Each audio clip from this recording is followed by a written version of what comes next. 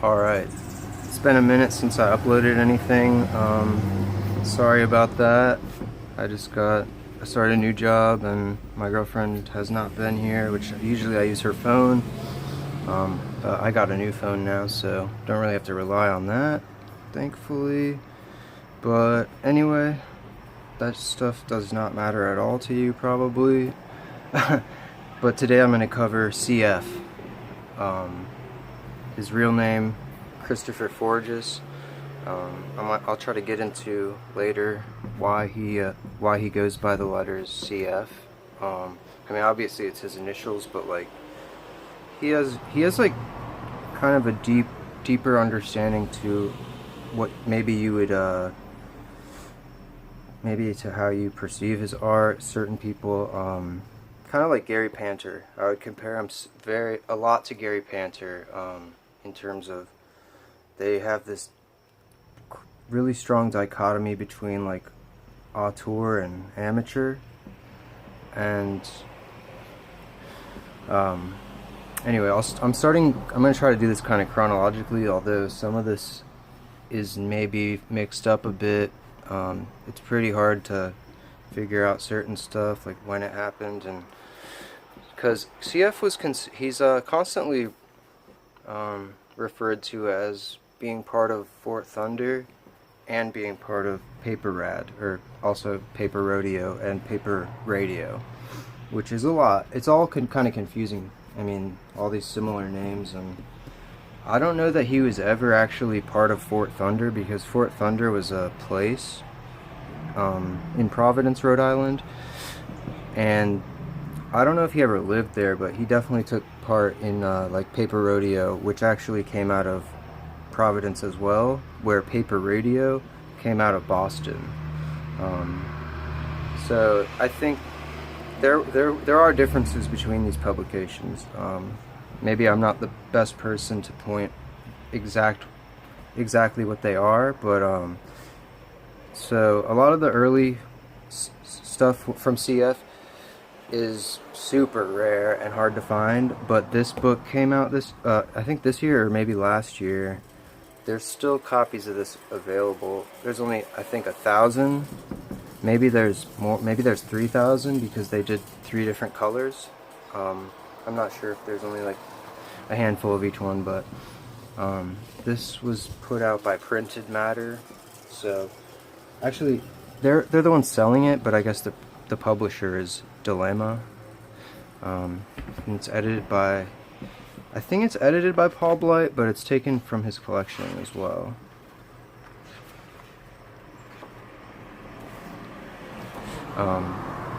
Let me tell you, I'll go a little bit into how CF started, and obviously Paper Rad is it's a trio, more commonly known as, but CF was a huge part of it, and he actually was, you know, collaborating with Ben Jones before Paper Rad, to my knowledge.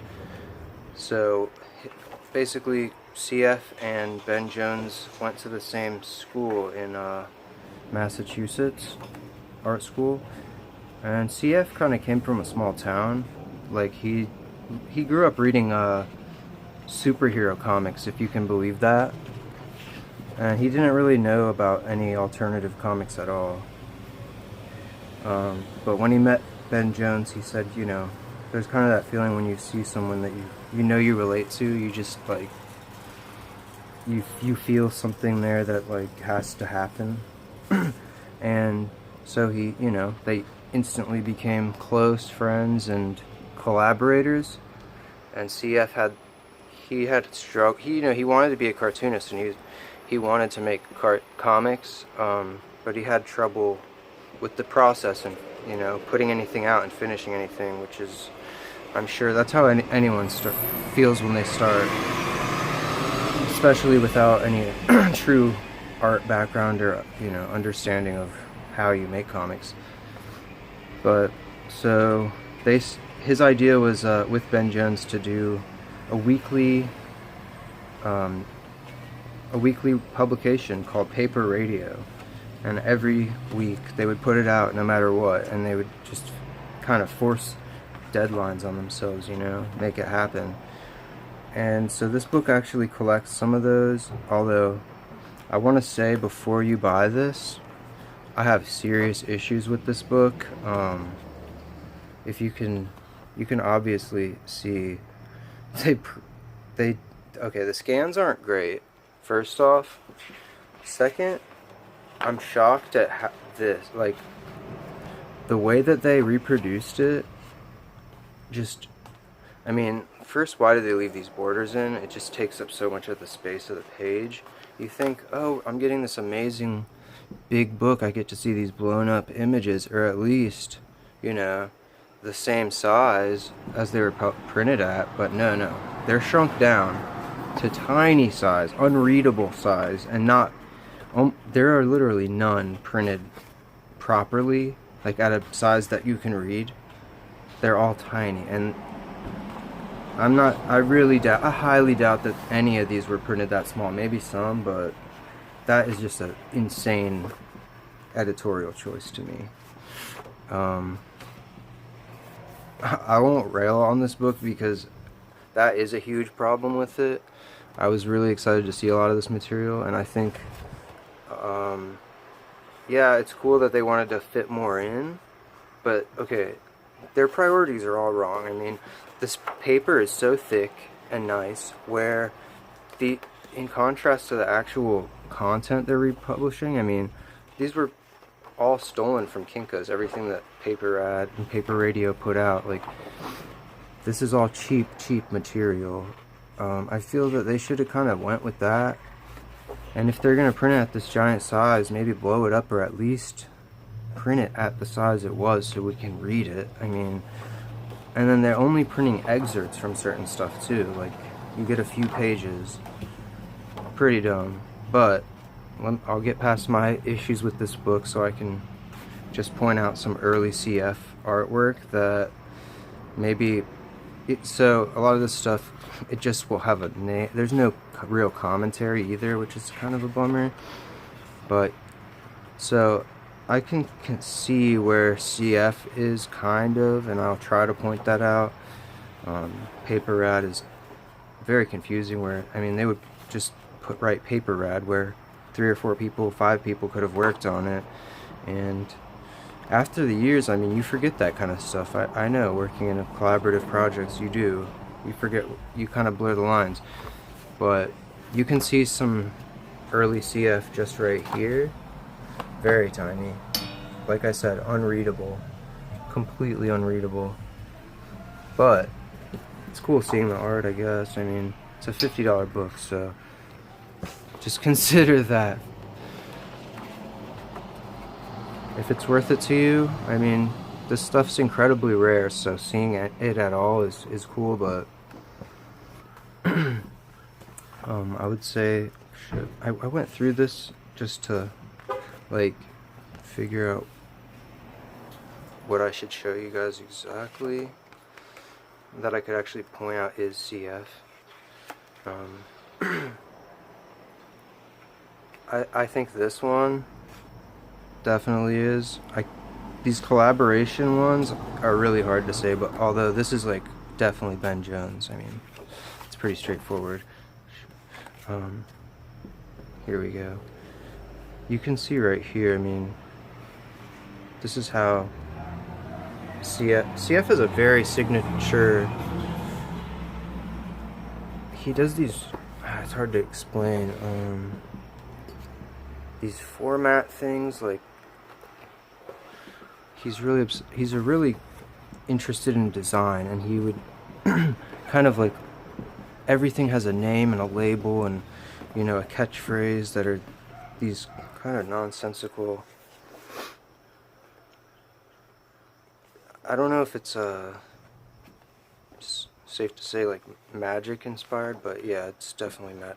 He's definitely inspired by, you know, the occult and things like that, and I think he's tapping into some kind of subconscious in a similar sense to maybe like Frank, you know, Jim Woodring. But I do think that his concepts, and that's definitely him, his concepts and like his themes and styles are a lot more in line with someone like Gary Panter, which maybe you wouldn't see off the bat because very different art styles, but like they have that same thing where they're, this is a super early CF one, the same kind of huge difference between where they show you'll see one page and it's like complete, even from panel to panel you'll see one panel that's completely just, you know, labored over, and you know the perspective's incredible in the background, but then you'll have a character that literally looks like it was drawn by a child in the next panel. And if you actually like read the book with a pen and pad next to you and you take note about why these changes occur, you might find some really interesting correlations, because honestly they're not doing it for no reason, especially CF and Gary Panter. There might be some people who took their style and ran with it and like figure, oh, I can just goof around, people will still like it, but they're the real deal. I would also compare him to someone like Al Columbia, because as I'll get into later, there are a lot of projects that just went unfinished, and this is the CF thing that I'm mostly calling attention to.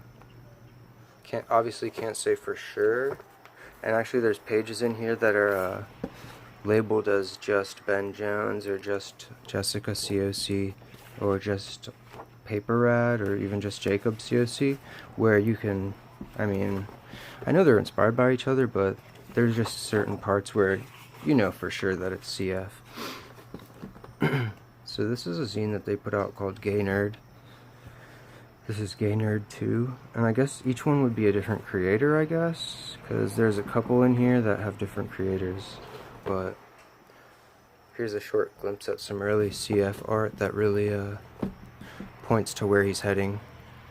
Almost looks like Brian Chippendale in a way. I think maybe he was kind of took similar cues in their face drawing, at least towards the beginning. So line that up better.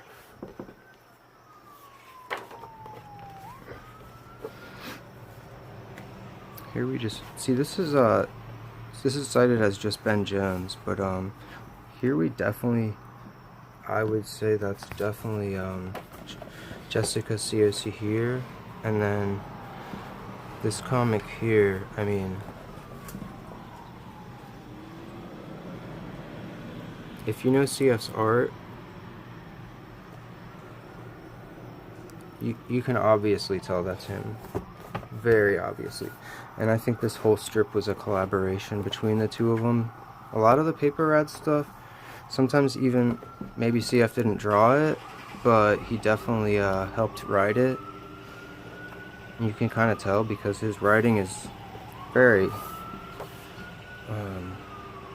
iconic, I guess. You can, once you get kind of the rhythm of it, it's pretty hard to imitate. Although there are a lot of CF imitators out there, I'll tell you.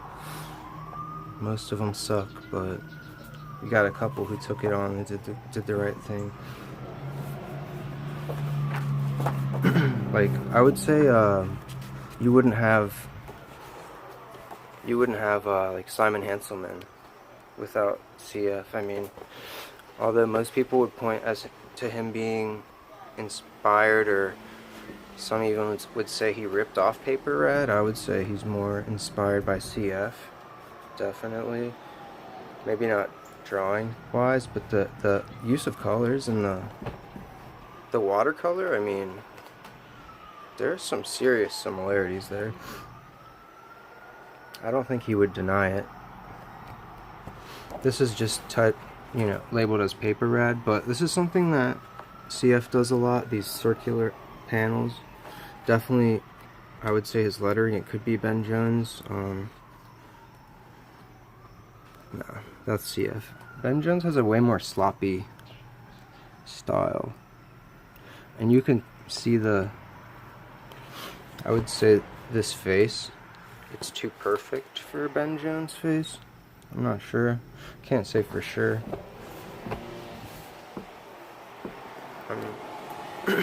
If anyone is an expert out there and can put some clarification to that. This is a collaboration, I think. Okay, I'm gonna point to this here, and it says on the bottom of the page, Matt Brinkman, Leif Goldberg, Gary Panter, and Pishaw with Paper Rad. I don't know that they were all part of this. I would say for sure Gary Panter and CF. I don't know if anyone else was involved in this part, but I mean, those colored pencils, that face, to me that spells out CF, and then the rest completely spells out Gary Panter. I mean, which is a great collaboration considering the connections I'm trying to make in this video. It's an apt pair. So, oh yeah, I'm gonna share this page, which is also cited as just Ben Jones, which I find that very hard to believe. But sometimes the guy surprises me.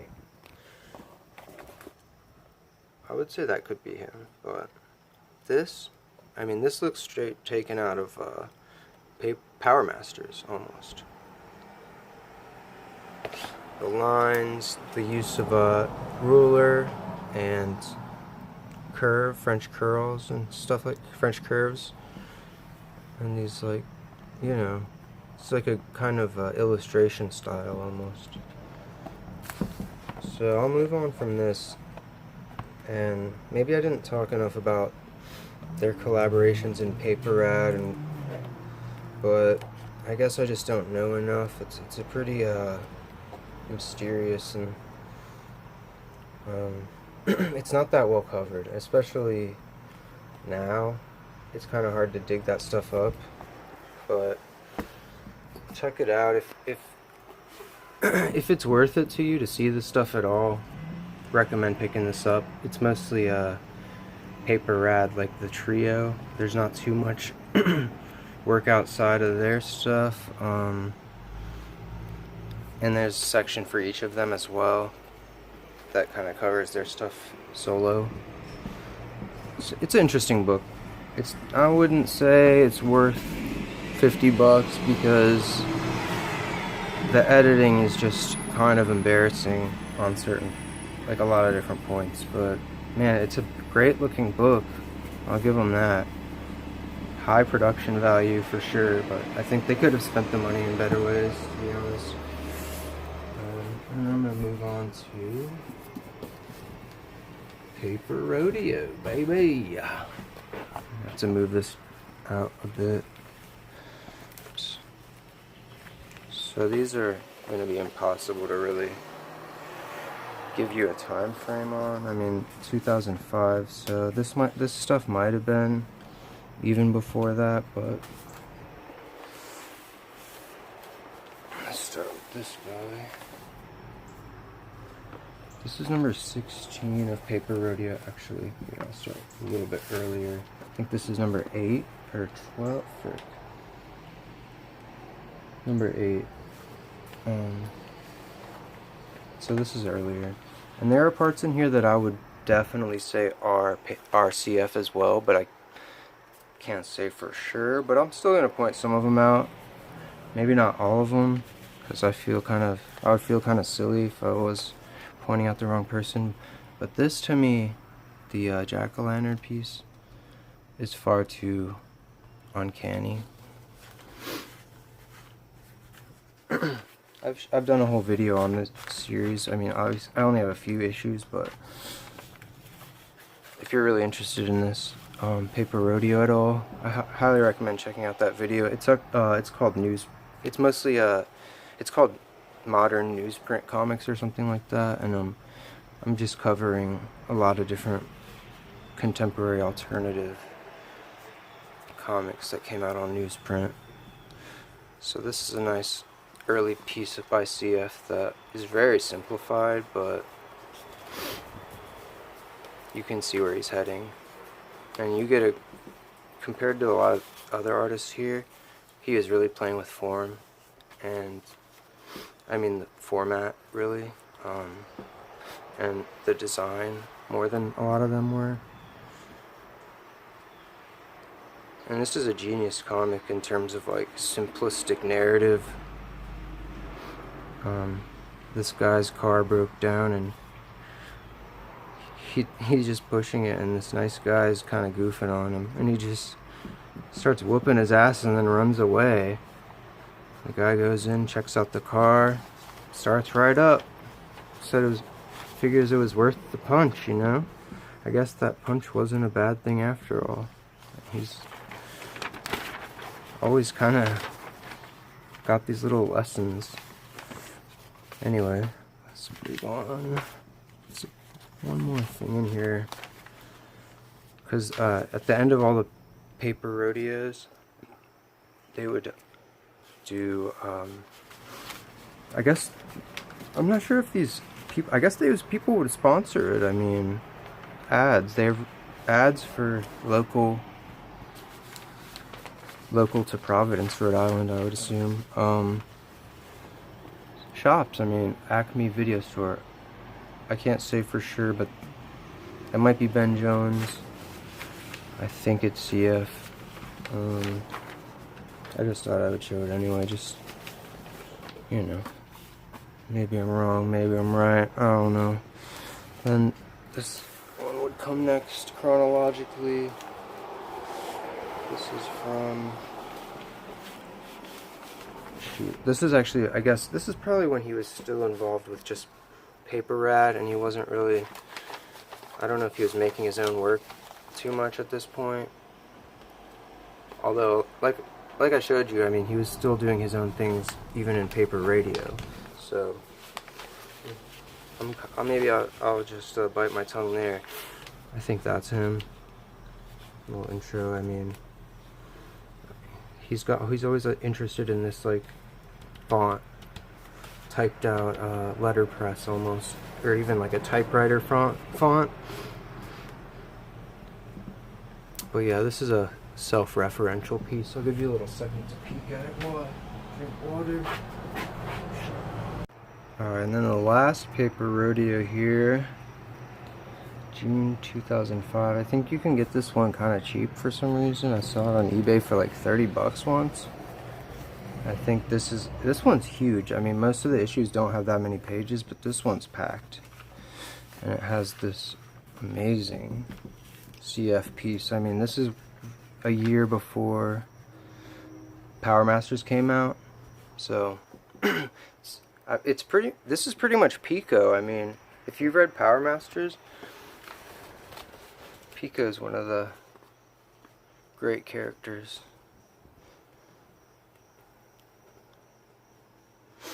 He does this thing a lot of like fucking with pacing, and I'll point out certain things for sure. I'll point out like other things where he just repeats the same panel as an ending, or not necessarily even always as an ending, but he really plays with the like the comic language and form in ways that you might not recognize at first. A lot like Gary Panther, where you're just like kind of blasted over the head the first time, but then after you get a bigger grasp on what you're seeing and you read it like 10 times, you get a far better understanding. And again, you see his eye for design, splitting the page in half and fucking with the way your eye moves. He does that a lot as well. He's been praised a lot for his pacing, like how he can make your eye linger on one page and then make you zoom through a whole book in like 5 minutes. All different ways of communicating time, which is like what comics is, you know, all about, really. Yeah, I swear there were a few more pieces of his in here. Oh yeah, here we go. This is definitely him. You can tell from the design clearly. Julian's Restaurant. Shout out Julian's Restaurant. And there's some other stuff I'm pretty sure is him, but I'm just gonna skip over for now because I don't want to bog you down with maybes. The next book I wanted to get into was a little bit, this is, you know, Cartoon Workshop 3, The Best. It's a split book, so it's like, you know, a flipper. Once you get halfway, you start over, and it's just billed as paper rad. Picturebox put this one out, and they put out pretty much all of their books to my knowledge. BJ and the Dogs, and even some of their smaller zines. Plus, they're in a lot of the Ganzfeld, which was put out by Dan Nadell, and a magazine he edited. Maybe not a magazine, but it's a cross between a magazine and a anthology, but super long, like over 200 pages each issue, which I'm going to cover that later. I'll show you one of those.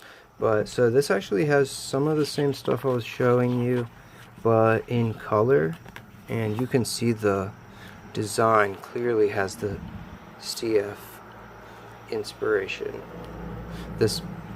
He loves the experimenting with the border, the lettering. I mean, the way this is like sideways, the titling almost, like, you know, he's always like, I'll show you in later in another book what I'm kind of talking about, where he really kind of goofs on that whole format and gets into it on a whole nother level. But like this, the cut off the F, the 3 best, he always has these, you know, catchphrases. F-able comic, it's like nonsense almost, but it works. It's his own language, essentially. And yeah, this, like I said, these circular panels, those appear a lot. This imprint goof. And so you wouldn't necessarily see this and think, oh, this is CF is involved, but to me, it's obvious with the character design and even the storytelling. Although clearly this is, like, you know, probably mostly drawn by Ben Jones. But yeah, this does appear in some of the earlier stuff. I think it's maybe redrawn, or it's recontextualized here into a more lengthy story. Although maybe it is this long in that zine and they just didn't show it because, like I said, that book is not the greatest for that kind of thing. And I think this is mostly Ben Jones' art, but I figured it'd be worth a shot. You can still get this really cheap, I believe. I got it for like $10 maybe. And then, you know, you got Jessica COC in the back. But this is about CF, so stick to the dang script. Alright, next we got Kramers 5. And he was also in Kramers 4. Obviously, I don't have that, or I'll be showing you it, because I'll be showing it off all day. But he did the cover for this one, CF. And boy, is it beautiful. Also, this lettering on the side. Better. So, I mean, I don't want to like out him or anything, but CF is definitely inspired, or he works within the confines of the graffiti world. Certain, I mean, maybe not these days, but when he was younger, and probably here too. And I'll show you in one of the next, I think the next Kramers, he does actually in both of them he does a kind of shout out / tribute pieces to graffiti that use the language and talk about it essentially. But this came out 1 year before Powr Masters, and it's essentially set in the same universe. I think even some of these characters do appear in the book, maybe as, I don't know that they do by name, but they're very similar. So the first few pages of this, they actually kind of work as their own kind of gag strips, I guess you would call them. I mean, CF version of a gag strip, so there's no, you're not going to understand the gag, but you're going to laugh probably. And then we get into this, what he describes as action comics, which is I think he spoofs a lot on genre. I'll show you that later. I have this book called Mirror, which is essentially, it's kind of like a play on comic narrative entirely, the whole thing. So this story is a lot, you know, it definitely takes place in the Powr Masters universe, where there's this sub-magical reality.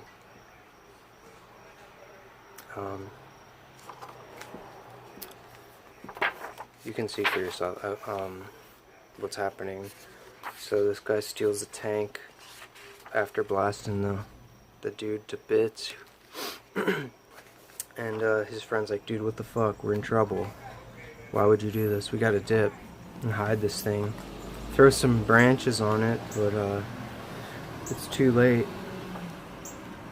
These guys have discovered their buddy, and they've got this sniffing marmot.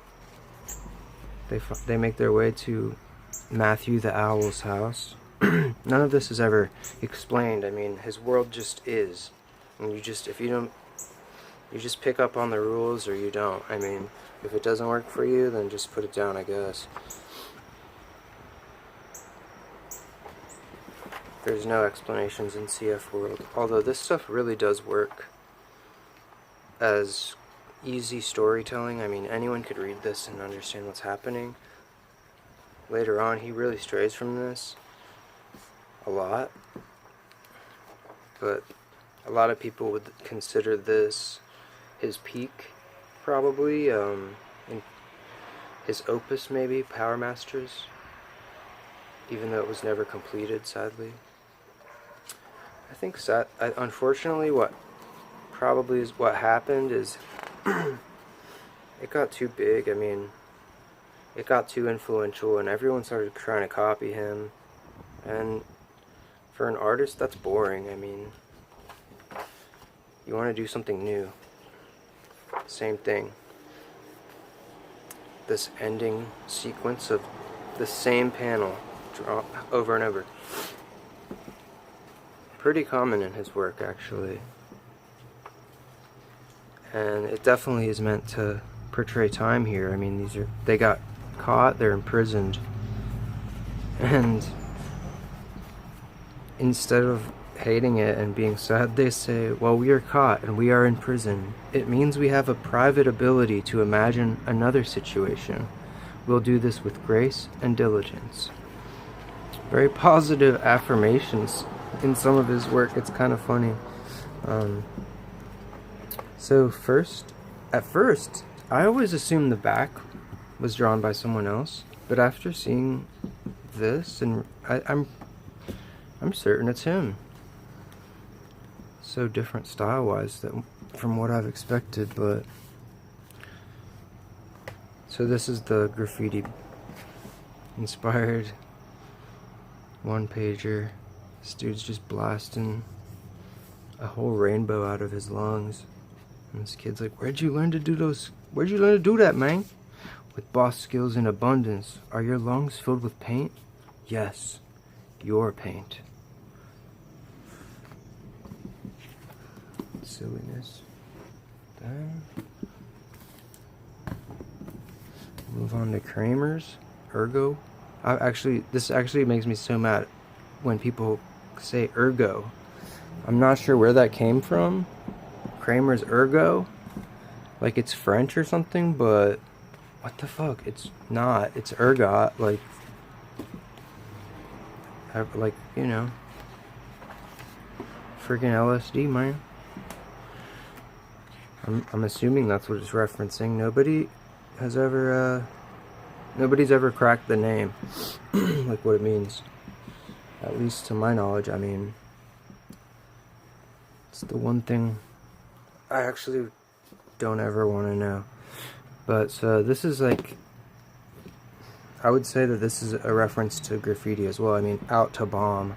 Although he's definitely, this character Steven, he also appears in Powr Masters, and he uses these look to be electrically charged balls to blow stuff up, and he just loves it. Every time he blows stuff up, he kind of gets like, he looks like he's dying or something. He kind of like breaks apart and comes back, and he's like stoked and wants to break more stuff. But this time, there's a ghost within the thing he explodes, and then I guess they kind of merge together. And this ghost also appears in Powr Masters, where Mosfet, the warlock, he he catches this ghost trying to steal his skin, and he basically he like sucks it. I'll show you. I'll show you. It's in the first book, I believe. And actually, I think that section is excerpted in not Kramers. One of the issues of Best American Comics, that either 2005 or 2006, where the Charles Burns or the Chris Ware one. It's in one of those. I'm actually going to show you this right before I get to that, because this was pre-Powr Masters as well, but super in line with that universe. And this was actually also in one of the Best American Comics that I'm saying, 2005 and 2006. I'm not certain which is in which. Unfortunately, I lent both of those to other people, and they're not here right now, but I'm sure you could figure it out looking it up. So this tells the story of this character. I don't know that he has a name. I don't know, Blonde Etchen? He's a thief, and he breaks into this home through a door. This is a door, I guess. And he's just stealing stuff. Really dumb stuff. And he sees this powerful looking cube, but turns out it's a cloak eater, and he definitely should have known. But he's like, oh, I'm good. They probably don't know I'm here yet, but they do, and they come around the corner with guns. But no, Blonde Etchen says a funny pun and just warps their bullets away and floats into a world of color, and then absorbs them and returns back to his clown self. I don't know what he's riffing on here. Maybe I think this is like a reference to maybe Period, which he touches on later, although I don't have the Period Alterations book. I think this may be, you know, in reference to some sort of it's kind of maybe metaphysical DMT realm shit, you know. But after he absorbs these two, he's like, who needs common objects now? I've obtained some bumble toys. I'll obliterate this whole field. Just starts destroying everything. Meanwhile, this is all being watched on a screen. The end.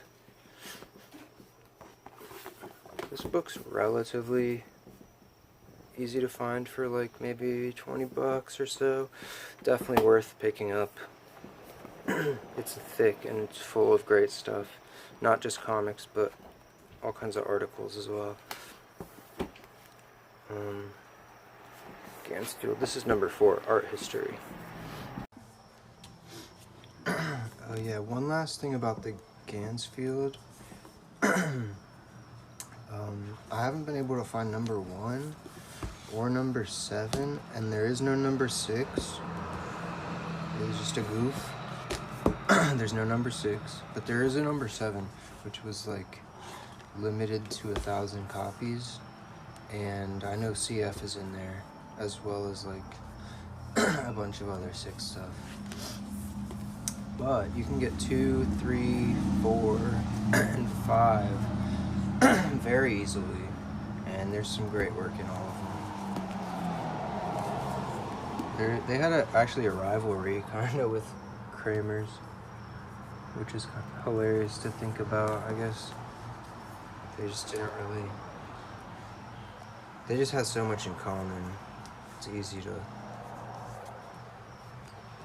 kind of make them enemies or whatever. But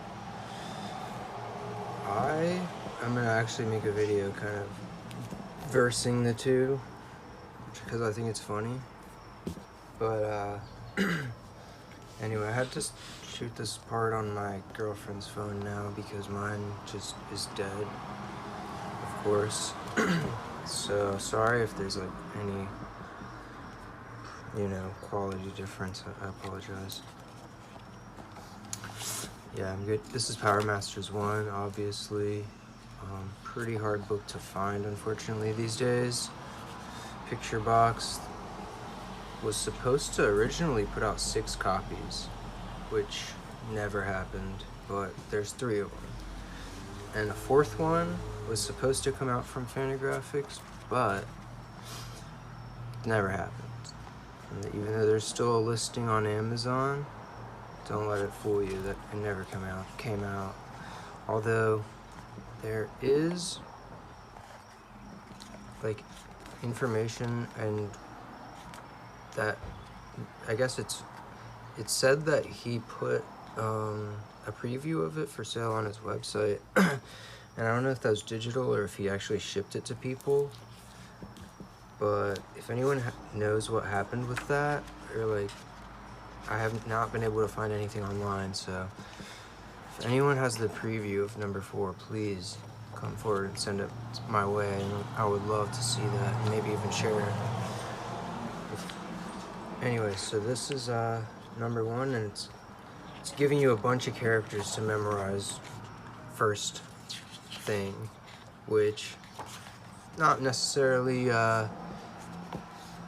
that important, but honestly, maybe read the first book and go back, or maybe read the first 2 books and go back. It's kind of hard to recommend this because literally it costs like 250 bucks for a fucking copy. I got lucky. I mean, it recently jumped to that high. I mean, I got this for like 40 bucks maybe 2 months ago online on eBay, or maybe it was on Abe Books, and I'm so glad I did. I was even gonna sell it for like 80 bucks. No, I'm really glad I didn't do that. It's like one of my treasures. So here's Pico, like I was kind of pointing out. It's the same character essentially from that paper Rodeo comic. The story in this book moves very kind of not slow. It moves fast, but you've got a lot to take in, and it's kind of a pretty straightforward narrative-wise.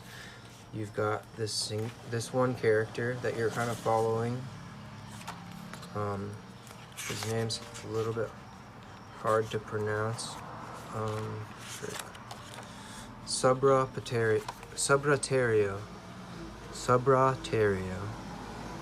which I kind of deciphered as being, I'm not sure if this is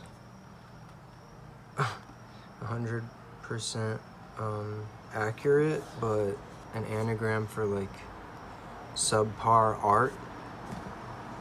If you look sub, reverse that, and then that's mixed up. I don't know if the EO is just some added on for confusion. There's a lot in here that can be decoded and stuff that I've probably missed. It would be really cool if there was a reference guide or something, because this thing really does need decoding. Although this one is pretty straightforward. If you're just open to new concepts, I mean, it's very readable and fun. He's truly one of the greats of sci-fi in that he just knows how to build a universe that makes sense, even though it doesn't clue you in on anything. Anyway, so this Subraterio traveling by himself and refuses to... People help him and he refuses to, like, thank them and or acknowledge their help. He just thinks he's like a young kid. He thinks he's the shit, but he's not. He can't survive in the world by himself, and he just left White Block, which is never properly explained, but I guess it's, I don't know. I don't want to maybe read too into some of this stuff and let you decide for yourself. But I'll try to give you a little bit more of the plot. I mean, these two kind of rescue him. Maybe not these two, but I don't know if I would say rescue, because she's kind of just fucking with him, this character. I gotta sometime. Windless Wendy, Weta the Witch. You'll see her face contort pretty constantly. And even sometimes she'll turn into this just to spook him. She's really just goofing with him, but she does save him, bring him to Pico, and Pico, hard to explain as a character really, but they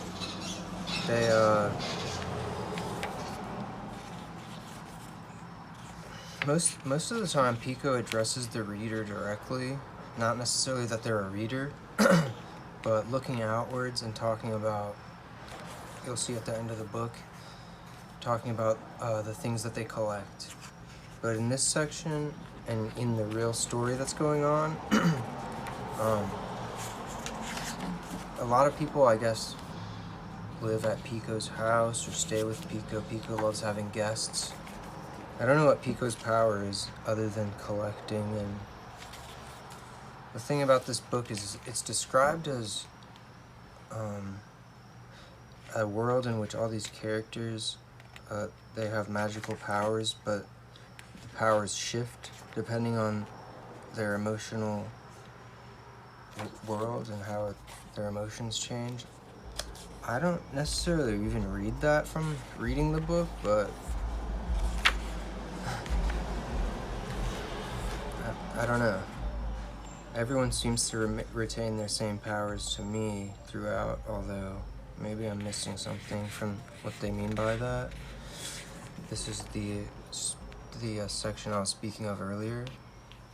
Mosfet, the warlock, which is kind of like a scientist, alchemist character, but like I showed you in that Kramers piece, it's that same Gus, and Mosfet wears a fake skin, I guess, sometimes, and this ghost takes on the skin and accidentally awakens Mosfet through summarily, he proceeds to suck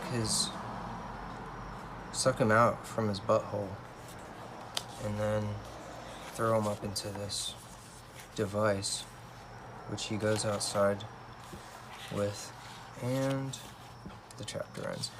Like I said, this book is really hard to find, but this section is printed in Best American Comics, so along with a couple other sections, I believe, like a color section, I can't remember.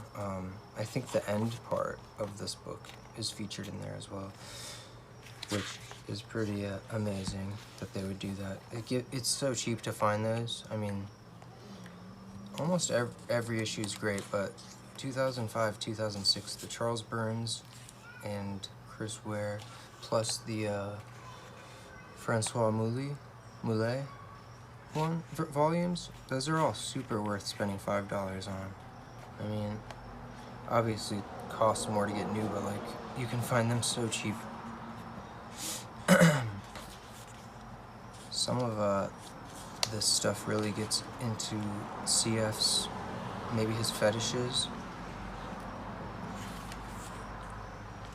I think so, at least, which you'll see a lot later in his work too.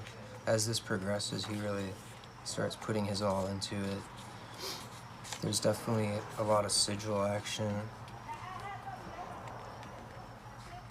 which I think this stuff is magically charged for him, maybe to read as well. You definitely, there's a lot of philosophical insight and ideas shown to you that kind of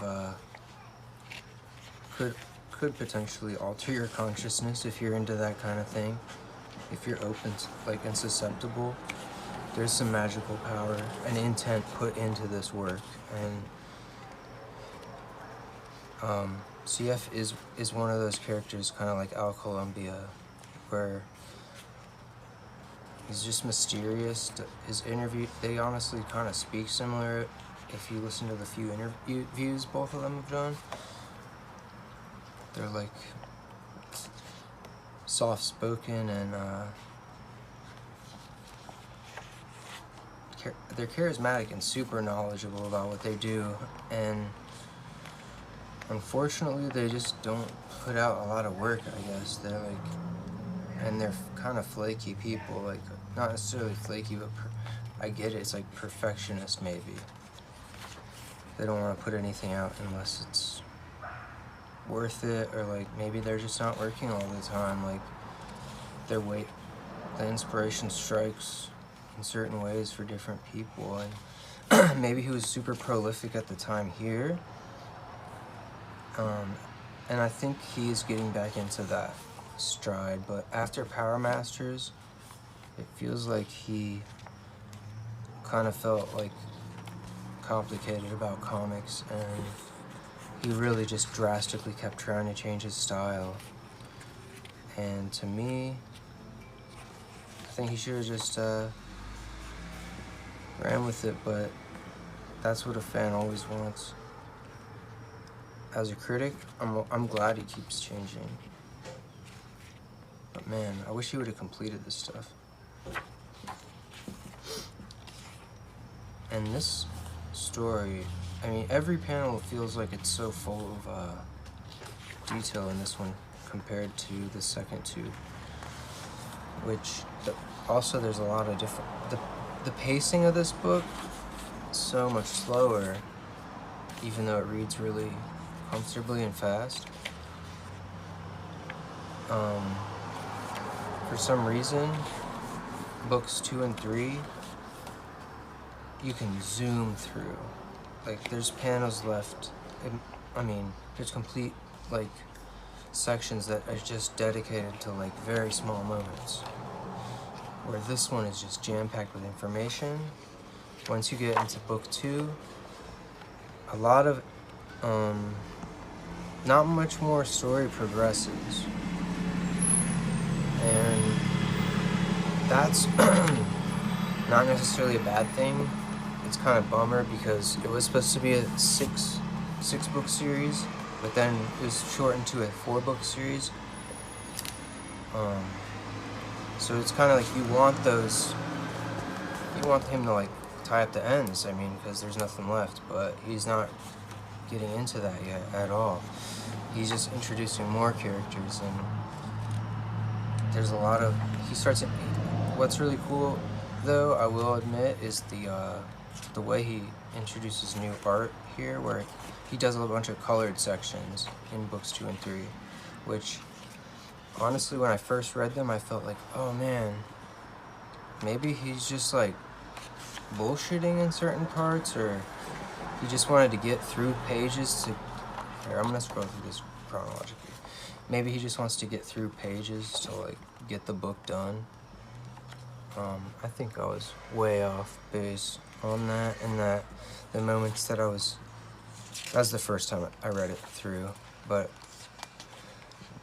now those moments I find like are genius. I mean, and this is what I was talking about, him playing with pacing.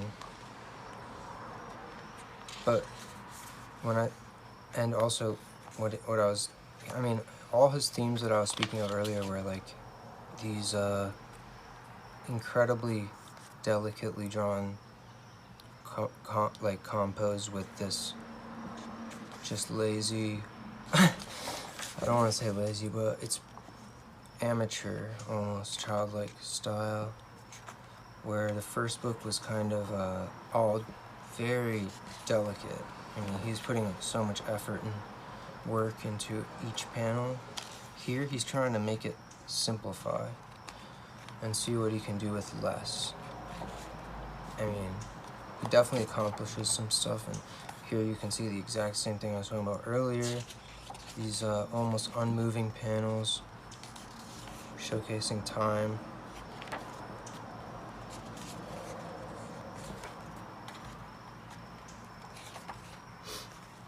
Moving through a dream in a different panel, I mean, format, a different kind of panel format. It really is unique, and then circling off the panel where he's coming to. Amazing ways to play with the form. Super unique and subtle. An entire panel that's just fear.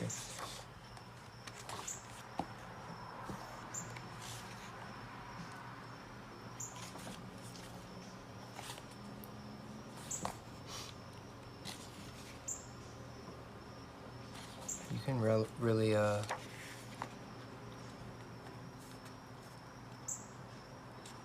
dig into this in a lot of ways. I mean, there's so many ways to read it. I think it would be worthwhile to have like a Facebook group or something of people dedicated to like discussing it. I know it's considered to be one of the most, influential comics of its time, for sure. And it's a shame that there's not much coverage. I mean, the Comics Journal didn't even review it, which I find bizarre. Here's one of the funniest CF characters right here. Incredible moments of absurdity. He really knows how to create this confusion.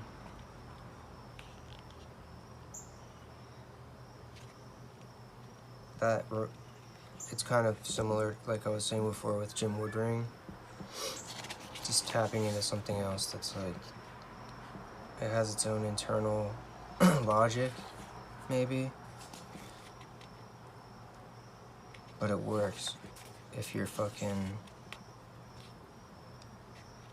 if you have an open mind. I could see people really hating something like this and not understanding certain parts. Maybe liking the action sequences, but not,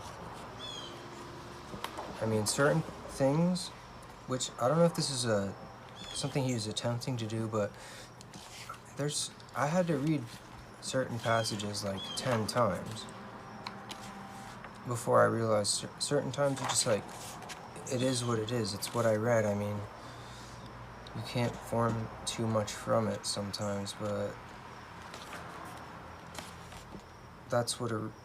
he leaves you with these clues, like a puzzle, and maybe the pieces don't even fit together. There's pieces missing, you know? You have to put in your own work.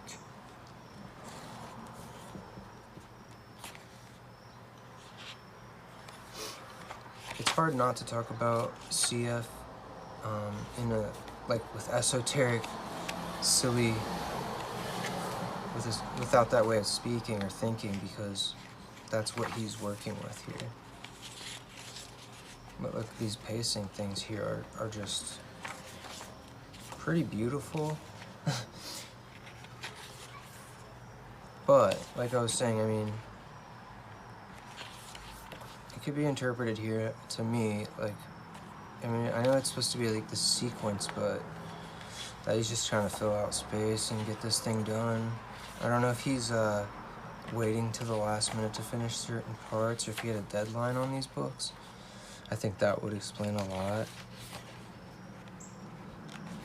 because they came out in pretty rapid succession, and he has been working pretty hard lately. I mean, a few different books have come out just this year, but for a while, I think after this, he just kind of bogged down for a bit, maybe.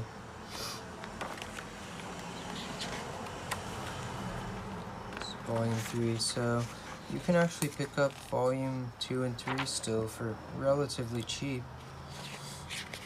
It's just number 1, I mean, it's odd when that happens. I guess it makes sense. More people are going to pick up the first book than a sequel. Some people are never going to pick up the sequels, but I wonder how many people have it on their shelf and just don't care about it, and they don't realize that it's actually worth something. So this is a car that forever is in flux, changing shape. And it's a brilliant storytelling technique, because he introduces this brand new character and then disappears entirely until a very crucial moment. There's this character here, Jim Board, who he's stuck in a hole. This is in Mosfet, the warlock. I guess he caught him doing something and he put him in a hole. You don't forget the background story, but you get a lot of time with this guy.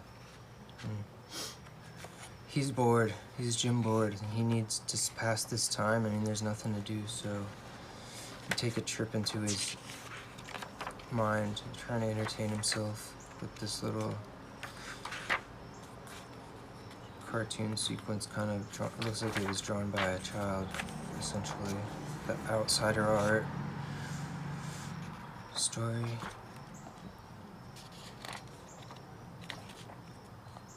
There's really cool ways of illustrating thinking and dreaming and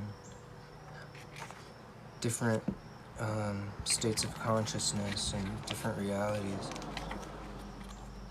So I scrolled through it nonchalantly earlier, but this is the character that was having sex with the giant jellyfish, Lady Minirex, and she tricked the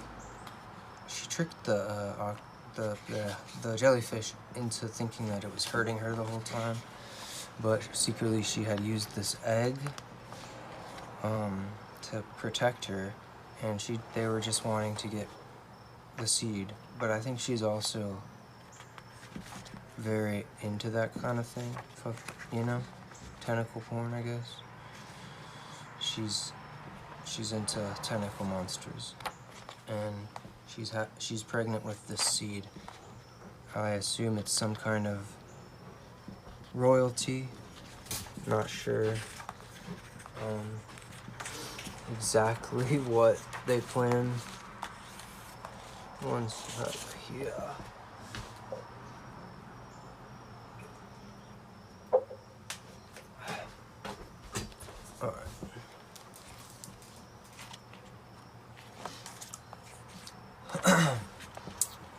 And then we got this guy who he drinks cola and pees everywhere to mark his territory.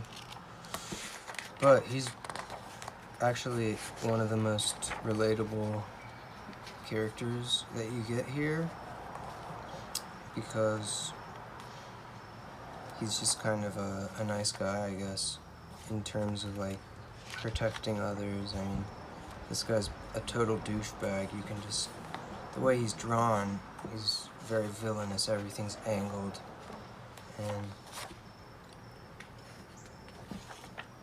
he's a creep too. He's trying to creep on the guy's sister, and he's kind of a protector, you know?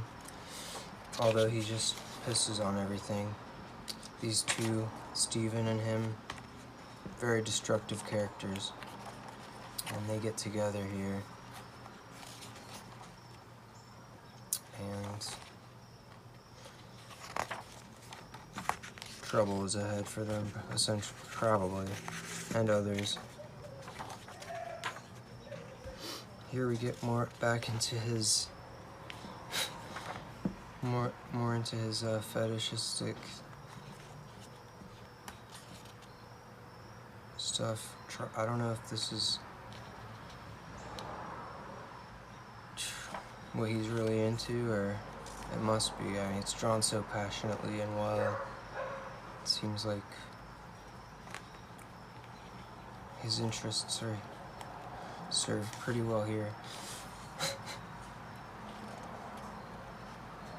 I mean, it doesn't have much resonance to the story at all. It's just Wendy punishing.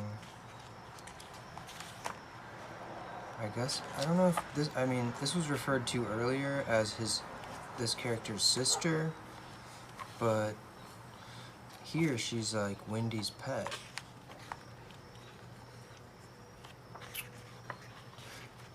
I guess the powers are changing. Maybe that's what it's about. The way he draws foliage through this book is just stunning.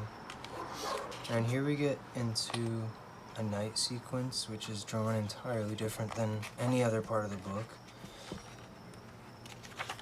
You can see he just wants to fill up as much space as possible here. I don't know. It's a sequence, so give you a little bit more story here. Subratario, he's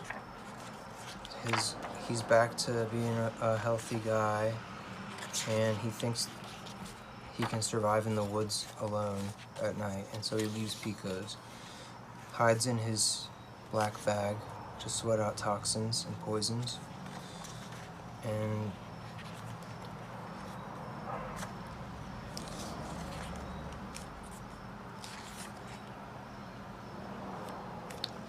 but a rude awakening comes in the form of this character that's drawn to just look so happy.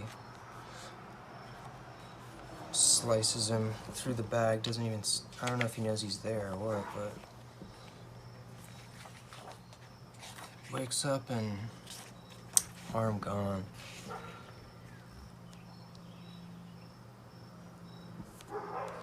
Communicates a lot with so little, and I think it's powerful here how he does it. I think in other parts it does come across maybe a little bit as he's just trying to get through it, but here we're reintroduced to this car and its driver.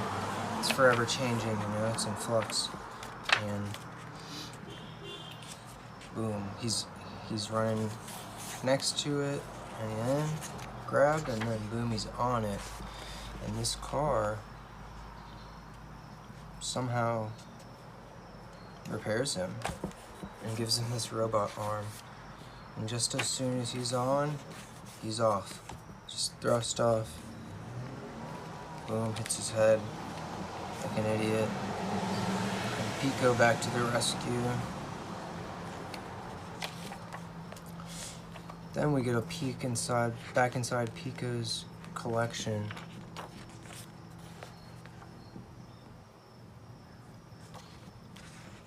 And we see one of her machines, which is like it creates experiences. And so you have all these different tapes, and you can mix them together, and then you sit on it, and you put all these thingies on you, and we get a view of what Pico is seeing.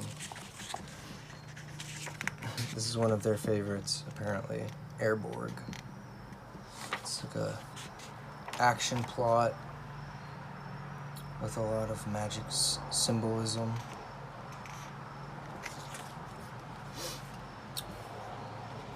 It's kind of the characters and the outfits he draws, that's, I mean, so unique. I mean, there's nothing like it. Although I will say, like, if you're a fan of CF and you're not familiar with Olivier Schrouwen, definitely check it out. I mean, Parallel Lives is super, maybe inspired by CF, but takes it to new heights. Takes that style into a new territory. And it's definitely its own work as well in a million ways. Might even be stronger to me personally, but unfortunately, Pico cut off, she dubbed over the last part of that tape though, so we don't get to see the end. But we do get a look through Pico's house a little bit while they're searching for Subratario. Unfortunately, that's the end though. He's just resting, and there's a lot more to this story as well. I mean, I'm not going to cover everything. I'm just trying to give us an interesting look through and maybe get some people interested in it who've never heard of it. You might be able to find a digital version of Volume 1. I'm sure it's out there somewhere. Then I'm going to give a quick look through this one. You can still get this really cheap compared to a lot of pretty much anything else from CF, which is like out of print and gone, or unavailable, or super expensive. Now, it might be that way for a reason, because it's not the most entertaining book. It's a collection of zines that he did all throughout 2012, and it kind of, each one kind of spoofs a pulp genre in a way. Although there's other stuff in here too that's just kind of maybe more drawing oriented. Some of this stuff is pretty great, especially towards the end. You get some really beautiful sequences and what you're knowing him for. Although this came out in 2012, so like he's definitely trying to. He's got a whole new style. He's using marker here a lot, which mostly he's known for the clear line, like a Hergé reference inspired thing, but mixed with watercolor. And a lot of his work's in pencil too. But here we have him just playing with these deconstructed tropes and genre things. Like here's like, you know, comedy, like gags. It's just completely disrupted though. Confusing.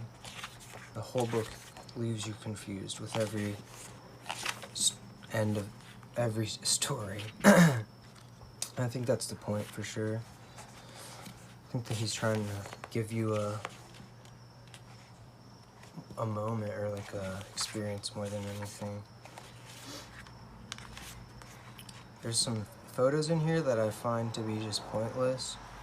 Maybe they have some meaning to him, of course, but for a huge collection of CF comics, I mean, you can get this for like $5, so definitely worth it. I'm shocked that nobody like cares about this one for some reason. I don't know. Every other book is pretty much impossible to find. This one. This last, I don't know if this is the very last. There's another one that's really cool at the very end. This one's like stunning though. It's short, unfortunately.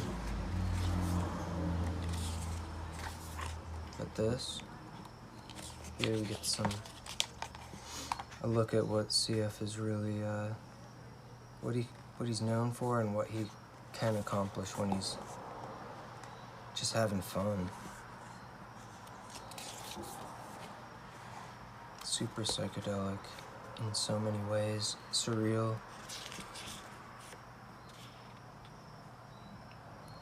Taps into something that we all, like, I don't know, something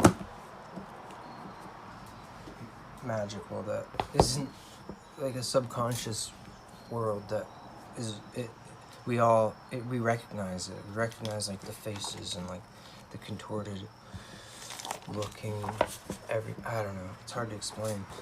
This Kramers Ergot 8, considered like the most hated Ergot, or the most hated Kramers. I love it. This particular CF piece, I think, was supposed to be a much longer story, because if you listen to his interview with Inkstuds, he says that he has a book coming out with this title, Warm Genetics House. That book, there's literally no information on. It was supposed to come out from Picturebox, but I think this is it, and he just gave up on the story and was happy with this short. It tells the quick story of a teacher in a futurist society. Not sure exactly what he's teaching, but he's in some sort of pseudo BDSM relationship with his students, and he keeps introducing new ones. And here's a new one, and it's her experience. And then he has a nice luxuriant smoke. There's a lot of subtext there, but just give you a peek. Then let's go out the big latest Kramers 10. This came out last year, and his piece in here is one of the most beautiful. Like, this really gives you a fucking glimpse of what the guy can do when he wants to. By the way, this is still available too, like Kramers 10. Pick it up while it's still cheap. There's not much dialogue in this piece. It's like this guy who, I believe the Pierrot character who appeared in his Pierrot alterations. It's like this tragic clown character from classic mythology, I believe, or I'm not sure exactly the origin, but I'm on my way to rewrite the script now. Jumps into this pothole and warps into this new character in this. I'm not even gonna try to explain it, I'll just let you look.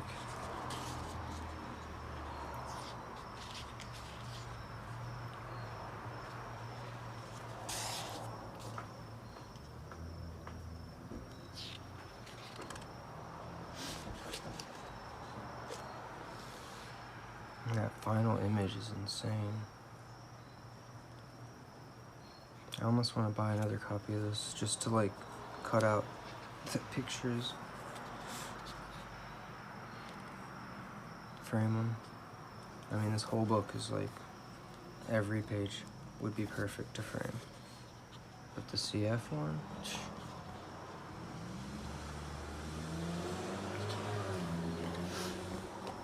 also the cover of this is incredible. Lale Westfine. so good. Can't really see it, but there's a gold foil. And then it's the last but not least, but this came out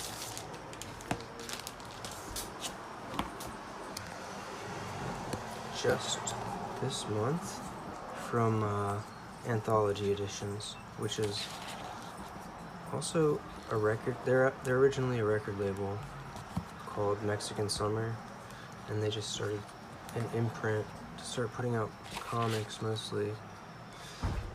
They put out Bicycle Day by Brian Blomerth, which is amazing. And this is called William Softkey and the Purple Spider. First off, it comes with essentially a free poster. I mean, it's the same. It's a book sleeve, but it's the same exact thing. You don't need the sleeve on. I thought that was beautiful. Very nice of them. I would highly recommend buying this before it's gone. I mean, with his books, they sell insanely fast and sell out.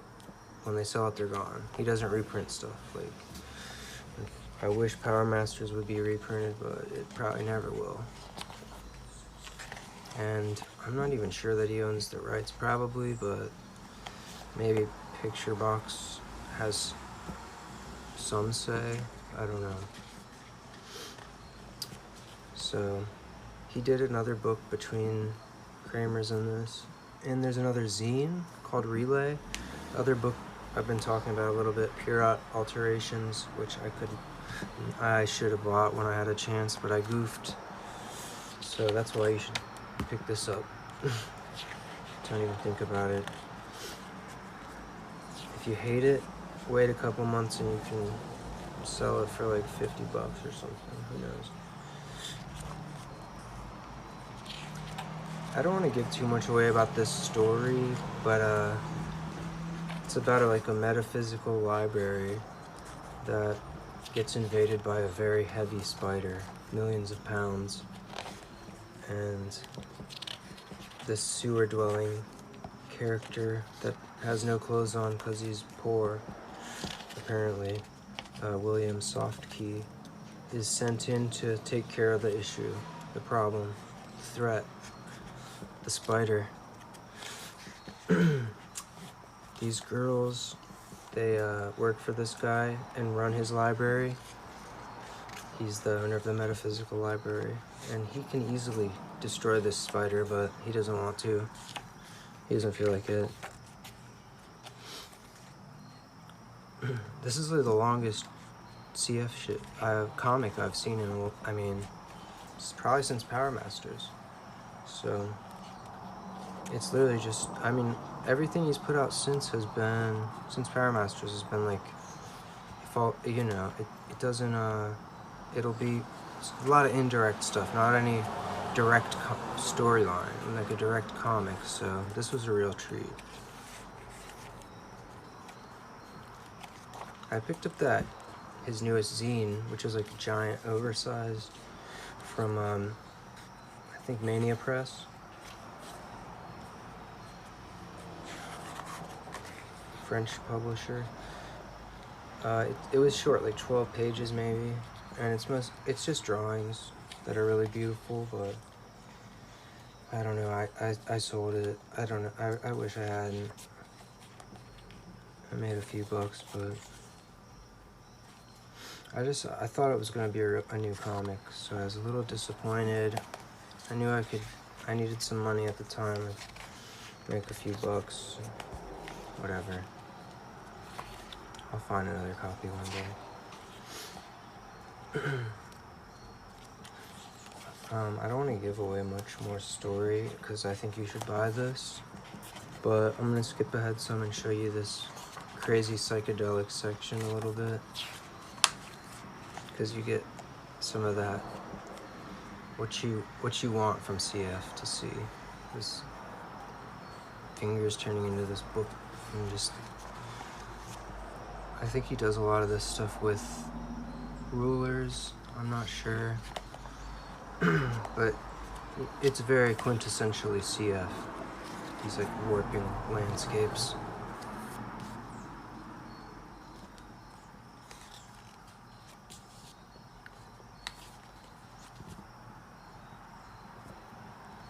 The character design in this is really fun.